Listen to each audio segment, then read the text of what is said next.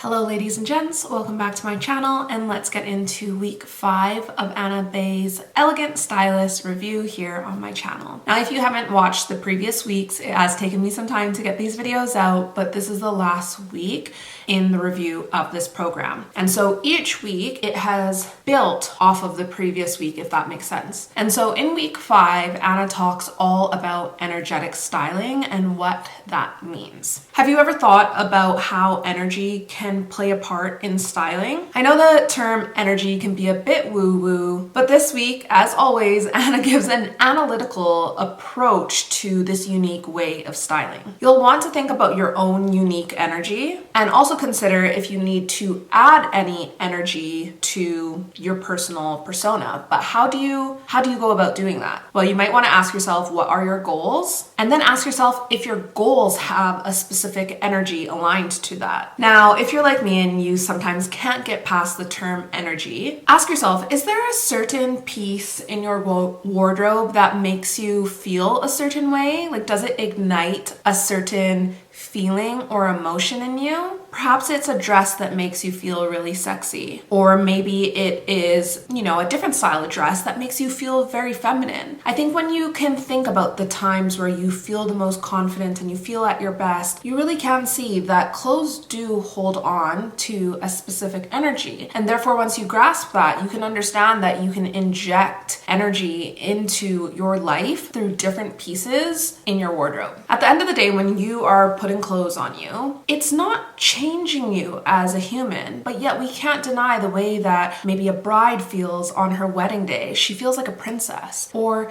when a girl maybe is going for a night out on the town with her other girlfriends and she's feeling like she can have the confidence to talk to any guy that might come her way. Clothes really do inject a certain level of energy into us, and therefore we need to learn how to harness that energy in order to make the best of it. It's really difficult for us to deny that energy doesn't come to play when we can think of these exact moments in our life where energy does change. Our energy changes based off of what we're wearing or not wearing. Therefore, this week, Anna really focuses on utilizing the power of clothing and understanding the value clothing can bring to a person's personal brand. And here's your reminder, personal brands aren't just for people who are putting themselves out online or have a business or anything like that. Everybody is their own personal brand. Anna then goes into how we can use energetic styling to balance out the energy that we may have or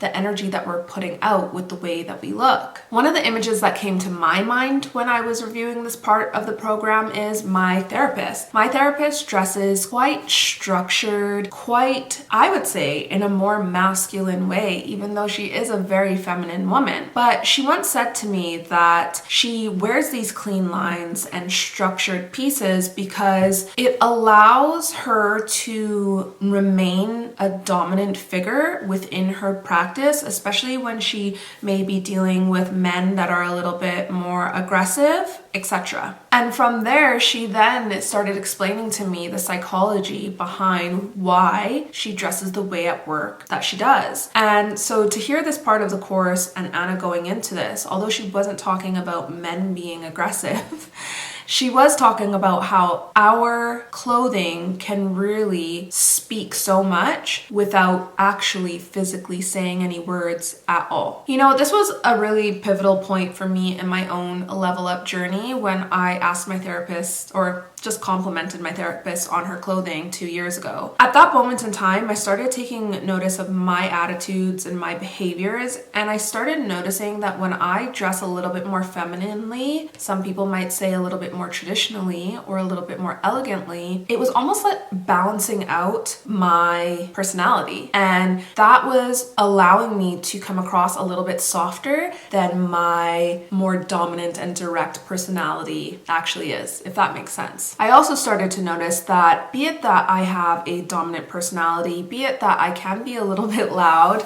and maybe a little bit opinionated, I started to notice that I was starting to refrain from wearing really loud prints and loud clothing because I just felt like it was a little bit too much. So without me fully realizing it, I was already doing a little bit of energetic styling myself, and that allowed me to grasp this portion of the course just a little bit better. Now, this is the last one. This is the last descriptor on this, but for those of you who are on team Meghan and Harry, you may understand this. For those of you who aren't on said team, please reserve your comments, your hate mail. I'm just using Meghan and Harry to explain this point a little bit further. In their current documentary, Meghan explains why she chose to wear muted tones, especially when she was out and about with other royal family members. And she also chooses to go into why she decided to wear color when they were doing their last engagements before moving to America. And she talks about the emotion that was involved with that. And so that was just another moment where I obviously did this program quite a few months ago, but I was able to think in that exact moment, like, oh, energetic styling, it really is a thing and it's not woo-woo in the slightest. Anna goes on to explain that her energy edit is to serve two purposes. One, to change the way that we feel, and two, to change something in your personal brand, aka the overall impression of you. So here are two questions that you should ask yourself when wanting to make an audit of yourself energetically. So the first question you're gonna want to ask yourself is, what is your natural energy? Aka the energy that comes natural to you, the energy that you don't feel like you have to fake,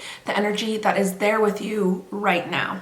What is that? For me, even though I'm an introvert, I am not shy. It takes a lot more energy for me to be quiet, to be reserved, to be still. So ask yourself, what is your natural energy? I'm probably not someone like Kate Middleton, and that's okay. There's space for all of us in this world. Meghan too. Can you tell I read Prince Harry's book this week? Now, the second question that you need to ask yourself is your energy balanced or is it dominant? Now, answering this question for myself, I can 100% say that I have a very dominant energy, and therefore with my styling, what I'm learning is I need to balance that energy out. And so it's interesting because for me, I've never, maybe not never, but I tend not to gravitate to overly feminine or overly girly things. But I'm noticing because my personality can be strong and dominant, I am balancing it out when I dress a little bit more femininely. Equally, I feel like I am a lot more palatable. I feel like, I was not going to say it. I feel like some people might not like to hear that, but I do feel that I'm a lot more palatable when I have this juxtaposition. And I don't think that that's a bad thing. Think of it this way. It's gonna be a weird analogy, but sweet and salty popcorn. It's so nice, right? Or salted caramel. It's so nice. It's because it's got that juxtaposition between the salt and the sweet, and that makes it balanced. So maybe you don't like the word energy. I know I get a few of you saying that you don't like this new age word.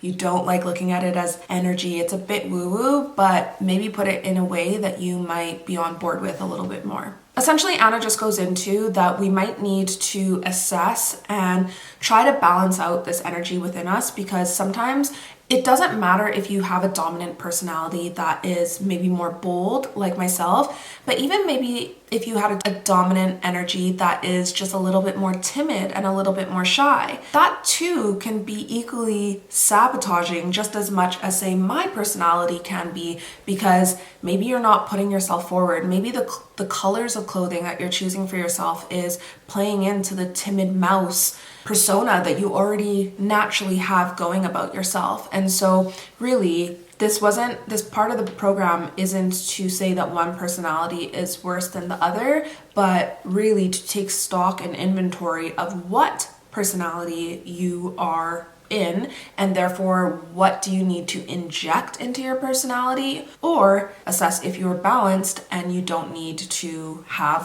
one more energy being injected over the other. Once we can understand if the way that we're conducting ourselves or the way that we're styling ourselves once we understand that if there's no balance to this, it might be sabotaging us or equally not aligning with our personal brand, that's when we can start making these changes and balance things out and potentially see that growth or that advancement that we're looking for in certain areas. Again, using myself as an example, I have somewhat of a dominant personality, as I keep saying, and a natural go-getter personality. This can often not align with my brand when I'm looking to practice proper forms of manners and etiquette. Again, not looking to bring up Megan and Kate again, but let's just look at a few differences in their personalities because it is very topical at the moment. And for whatever you think of either party, I think you can perhaps see how maybe one of these women has more of a dominant personality and see the things that are being said about her, and equally how it's played into a narrative that perhaps isn't true. And now she's having to prove that it isn't true. So I think sometimes, regardless of if someone feels justified in the way that they're conducting themselves or they have reason to do a Netflix series or to write a book, etc., I think we also have to sit back and take a little bit of inventory as per how we're conducting ourselves and how we're dressing ourselves and the energy that is behind that, and see how it is telling a narrative about ourselves, and it sometimes isn't a narrative that we like. So what, if any, is the dominant behavior about you? Are you shy? Are you aggressive? Are you maybe overly seductive? Do people keep on having a wrong impression of you? Albeit this course is about styling, we cannot ignore body language, behaviors, and deportment. An overall level up journey is really going to be like putting together the pieces of a puzzle. And I think we can look at certain people and see that they have all of the right clothing, but if we ignore these other elements, the clothing only gets you so far. Another way of looking at this is, do you get someone referring to you in a certain way a lot? Perhaps the girl next door, the seductive siren, the timid mouse, the librarian. Of course, there is nothing wrong with these things, but if you're getting called these things a lot, or if you're getting told, oh, you just have this sex appeal about you a lot, that might be a key indicator of what energy is really standing out about you the most. Anna goes on to explain that it's not about becoming something that you're not, but it is about looking at how we can bring more balance to the equation. Perhaps the girl next door can look at how she might vamp up her allure. Perhaps the seductive siren can look at dressing a bit more modestly to balance out her sex appeal.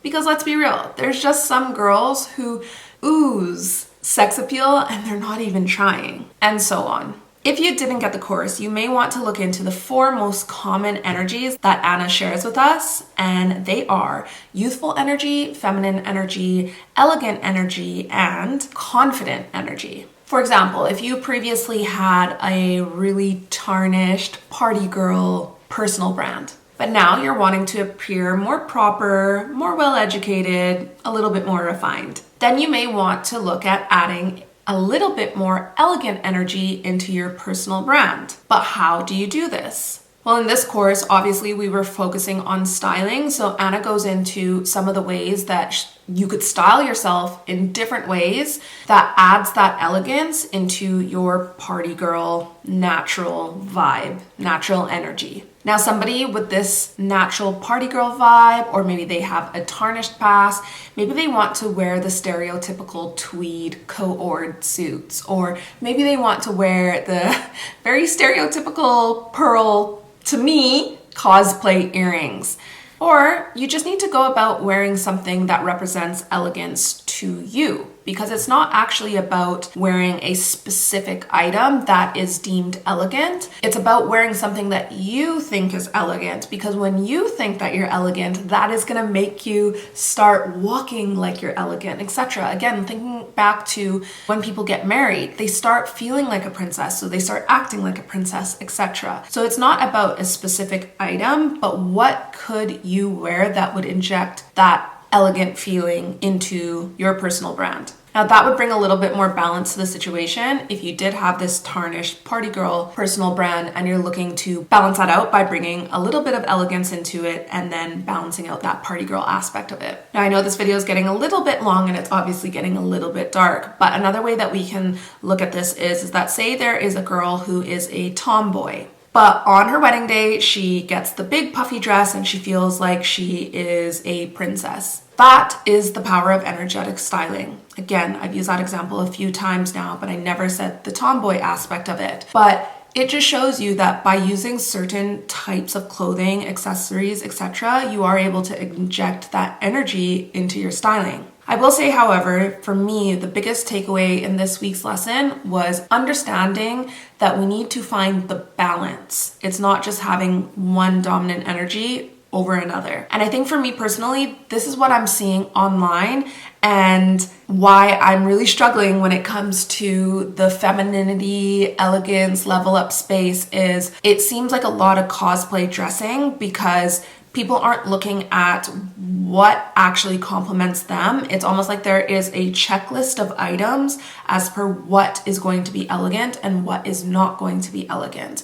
But if we're not taking one's personal persona into play, the items that people are styling themselves with can look very, very grandma-like and very dated. And so for me, I think that finding that balance in my own personal situation between dressing a little bit more traditionally, dressing a little bit more classically and elegantly, but not looking like a grandma. Now, to wrap this video up, this course up, Anna does go in to explain that really energetic styling is on a spectrum because we're not all coming in with the same energy, right? And so really, we need to really take inventory, take stock of who we are as a person, what looks good on our body type, what looks good with our skin tone, etc., and compile all of these things together. And that's the last thing that I'm going to leave you on with this video because Anna does go through the next portion. How she wraps things up is with a certain acronym that just builds off of each week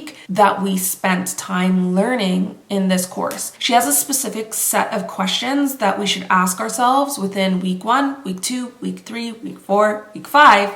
And therefore, you should ask yourself these questions when you're going shopping and you are looking at adding certain items to your wardrobe. And when you ask yourself these questions, they really should champion whether or not these are items that you should welcome into your wardrobe or not. Anyways, my friends, I know this is a little bit of a longer video. The sun is going down. I'm literally using my computer for light.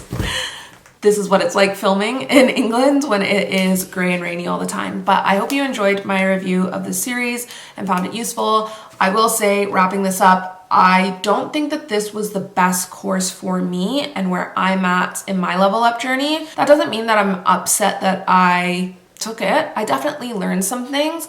I think I was getting by all right with just my general common knowledge on this topic. I will say though, I definitely have not been buying as much since doing this course because the week where we went into the materials of what is in things, that has really convicted me, and I've really looked at how my clothes look and are bobbling and are wearing a lot differently now, and that has made it a lot more difficult for me to shop, which is a bad thing but a good thing. But equally, I feel like I'm just holding on to my money a little bit more and buying something a little bit more high quality, which is great, but sometimes you don't find those items that you need or you don't have the budget for those things right away. But I said I'm wrapping this up, but if you made it to the end, let me know.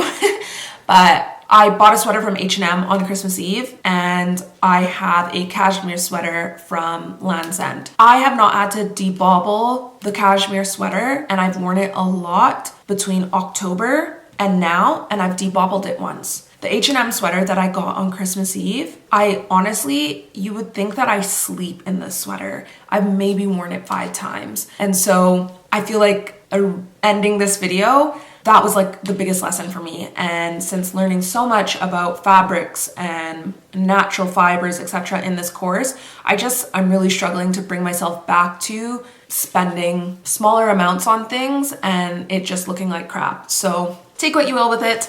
I hope you enjoyed the video. Back to regular scheduled programming now. I'll see you in the next one. Bye.